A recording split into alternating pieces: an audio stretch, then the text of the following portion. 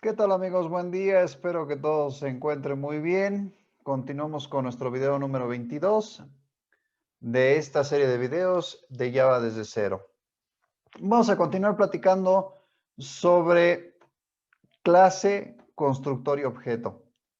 Si ustedes recuerdan, en el video número 21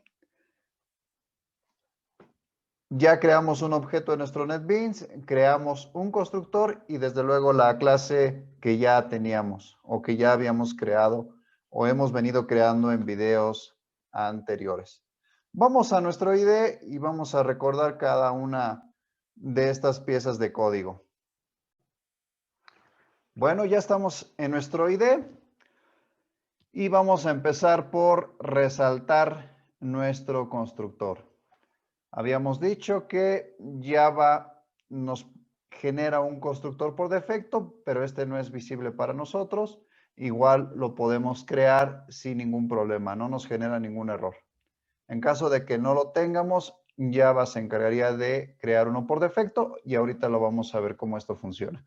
Posteriormente creamos nuestro objeto, es este que está aquí. Habíamos comentado que los componentes que tiene serían los siguientes. Este vendría siendo el nombre de la clase que corresponde a esta clase, ya que estoy creando un objeto dentro de esta misma clase.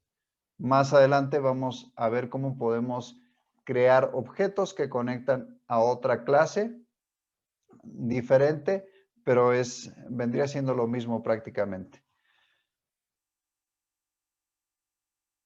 Después encontramos el nombre del constructor, que vendría siendo este que está aquí. Finalmente, el constructor, recuerden que tiene el mismo nombre de la clase. El nombre que le dimos a nuestro objeto sería CB. Y ya una vez con nuestro objeto creado, ya podemos llamar, en este caso es una clase que tiene dos métodos, podemos llamar al método 2. Entonces, esta vendría siendo la llamada al método y la definición del método sería esta que está aquí abajo.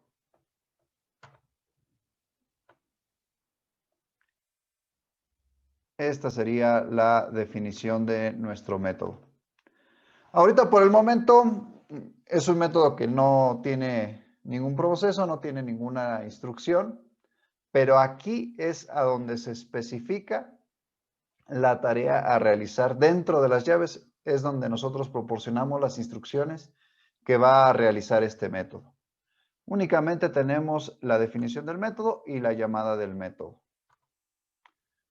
Ahora bien, ¿qué sucede si yo quito el constructor? Voy a quitar el constructor. ¿Lo puedo quitar o lo puedo comentar? En este caso lo voy a quitar. Guardamos. Esperamos unos instantes. Y ustedes se pueden percatar que mi IDE no me generó ningún error. Es más, si yo aquí agrego una línea de código que me imprima algo, por ejemplo, voy a poner un mensajito en pantalla. Mi método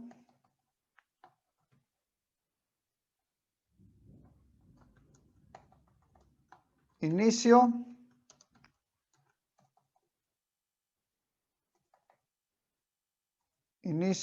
proceso. Inicio proceso. Únicamente le voy a poner esta línea, guardamos y vamos a correr. Entonces, a ver, vamos, clic derecho sobre nuestra clase y run file. Vamos a esperar unos instantes. Nuestro método ha terminado de ejecutarse. Esta es la instrucción que nosotros le dimos, que nos imprimieron un mensajito en pantalla y aquí está la respuesta. Ya tenemos nuestro mensaje en pantalla, entonces esto funciona. En efecto, nosotros ya no tenemos este constructor porque lo eliminamos, pero Java nos genera uno por defecto, entonces es el que Java está utilizando y no nos genera ningún error y funciona a la perfección. Habíamos también mencionado que es necesario tener un objeto, que vendría siendo este, si nosotros deseamos llamar a un método que no es estático dentro de un método estático. Pero, ¿qué sucede si yo elimino mi objeto y únicamente intento llamar al método 2? Bueno, vamos a verlo. Vamos por el momento, yo voy a comentar esta línea. Esta línea también la voy a comentar porque ya no tengo mi objeto o mi ID ya no va a tomar en cuenta el nombre a mi objeto, que en este caso es CB, ese es el nombre que yo le di. Entonces ya no lo toma en cuenta y por eso es que nos está subrayando con rojo este nombre o esta variable, que finalmente es una variable. Bueno, entonces voy a comentar esto y ahora sí, ya dejo mi método 2, pero aquí me va a arrojar un error porque, como habíamos mencionado, este método 2 es un método no estático. Entonces, para que me deje de marcar este error, yo tendría que ponerle la palabra reservada static y ya me funciona. Pero en este caso, yo necesito llamar un método que no es estático, entonces tengo que crear un objeto y con el nombre de mi objeto ya puedo llamar al método 2. Bueno, pero ¿por qué es importante realizar esto si finalmente pues esta línea de código que puse aquí la puedo poner acá? Imaginemos que aquí no tiene solo una línea, sino que tiene varias líneas de código. Por ejemplo, vamos a pensar que este es un método que tiene 6 líneas de código. Entonces, yo lo llamo aquí y no hay problema. Entonces, cuando mi programa llega hasta esta parte, va a hacer la llamada a este método y este método inicia su ejecución. En este caso, va a imprimir 6 veces inicio proceso porque esa es la instrucción que yo le he dado. Pero bien, yo podría tener a lo mejor una suma, una resta, una multiplicación, una división, una conexión a una base de datos, la lectura hacia un archivo, etcétera. Yo puedo tener cualquier proceso dentro de ese método. En este caso, pues únicamente me va a leer me va a imprimir en pantalla inicio proceso 6 veces. Entonces, hasta aquí, pues tal vez no hay problema. Si fuera un programa que únicamente tiene consta de una clase, un método, 2 métodos, perdón, y el segundo método tiene únicamente 6 líneas de código, pues a lo mejor hasta en una clase, en el mismo método main se puede incrustar este código que aquí estamos seleccionando. Pero el problema o surge la necesidad de empezar a dividir en pequeños métodos cuando nosotros tenemos 5 métodos que realizan exactamente el mismo o tareas similares o procesos similares, entonces es mejor organizarlos en métodos. Igual, si este método yo tengo 6 clases diferentes y esas 6 clases llaman a este método, para no repetir código es muy conveniente hacer esto. Pongo ese código que me va a hacer un proceso en un método por separado y únicamente tengo que llamar. Y es mucho más fácil darle soporte. Si nosotros nos piden un cambio, únicamente nos enfocamos en este método. Pero vamos a verlo, vamos a crear 3 métodos más para que ustedes vean cómo se va complicando el darle soporte cuando ya tenemos el código en un solo método que realiza diferentes procesos. Bueno, aquí lo que voy a hacer es, vamos a copiar este método que tenemos aquí, lo pegamos abajo. Desde luego hay que cambiar el nombre del método. Este no puede tener el mismo nombre que el método de arriba porque nos estaría arrojando nuestro ID y ni siquiera nos va a permitir compilar. Yo aquí le voy a poner método 3 Posteriormente voy a seleccionar este y le voy a poner el método 4. Método 4. Listo. Este nombre de método le pueden poner el que ustedes quieran, el más descriptivo posible. Entonces, ya tengo ahora sí mis métodos. Importante, muy importante es, yo tengo que llamar los métodos aquí como lo hice con el método 2. Si no llamo al método 3 y al método 4, no se van a ejecutar. Para que ustedes puedan apreciar, vamos a correr esta clase para que vean el resultado. Ya terminó de ejecutar mi clase en este caso. Y si ustedes pueden observar aquí, únicamente yo tengo 6 veces impresa la palabra, la frase inicio proceso.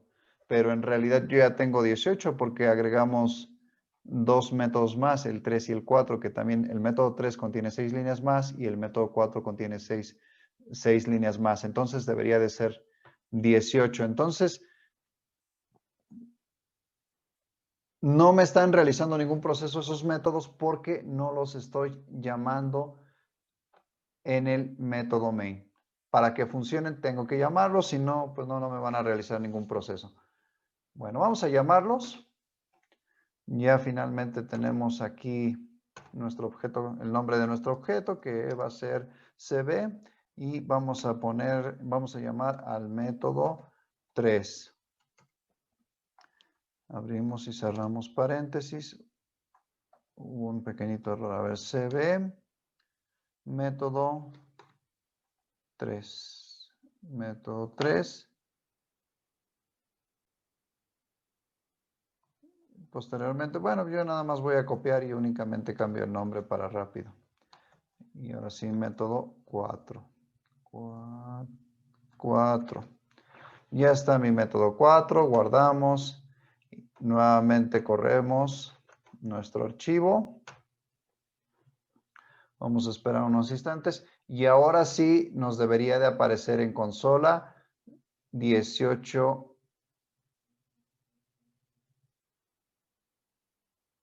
veces la frase inicio proceso.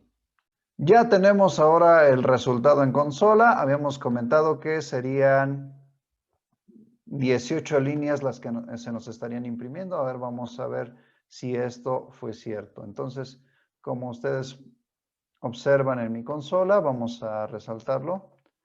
Aquí están las 18 líneas. 2, 4, 6, 8, 10, 12, 14, 16, 18. Ni una línea más ni una línea menos. Entonces, esto funciona. Está funcionando bien hasta el momento. Si ustedes observan aquí dentro de mi método main, que es en donde estoy haciendo las llamadas al método 2, 3 y 4, tengo únicamente mi objeto y 3 líneas más para llamar a estos métodos. Entonces, en realidad, yo tengo tan solo 4 líneas. 4 líneas de código. Se ve mucho mejor que tener las 18 líneas dentro de mi clase. Pero ahora, ¿qué sucede? Pensemos que yo requiero llamar al método 2 3 veces, porque 3 veces voy a hacer a lo mejor una validación o algún proceso. Lo único que tengo que hacer es duplicar esta línea, triplicar esta línea, perdón, si lo quiero llamar 3 veces. Entonces selecciono este método, copiamos abajo y ya lo estoy llamando 3 veces. Aquí se me fue una llave más. Listo. Y ya lo estoy llamando 3 veces a mi método 2 y me funciona. Entonces, lo único que tengo que hacer es guardar. Vamos a correr para que ustedes vean el resultado.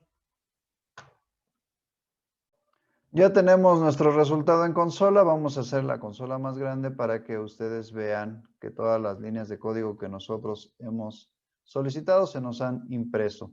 En este caso, pues ya el tamaño de nuestras consolas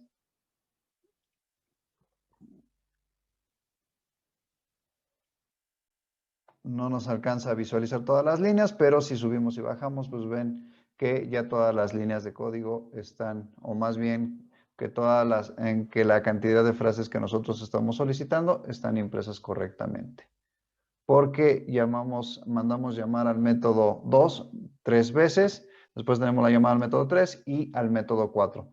Entonces, en definitiva, esto es mucho mejor, tener únicamente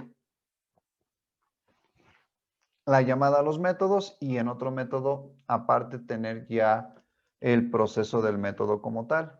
Recuerden, esta es únicamente la llamada al método. Aquí no se realiza ningún proceso. En esta parte no realizamos ningún proceso. El proceso se realiza ya en la definición del método, que en este caso sería esta la definición del método.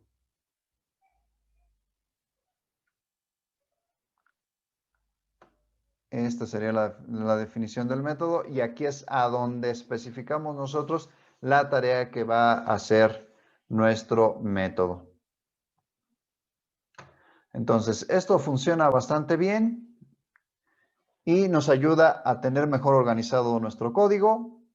Nos ofrece la posibilidad de reducir los tiempos para dar soporte. Únicamente podemos centrarnos en la pieza de código que está fallando porque podemos tener errores de ejecución, no de compilación. De compilación no nos va a dejar ejecutar nuestro programa e inmediatamente nuestro IDE nos estaría mandando una alerta al subrayarnos la línea donde está fallando nuestro programa. Pero en los errores de ejecución únicamente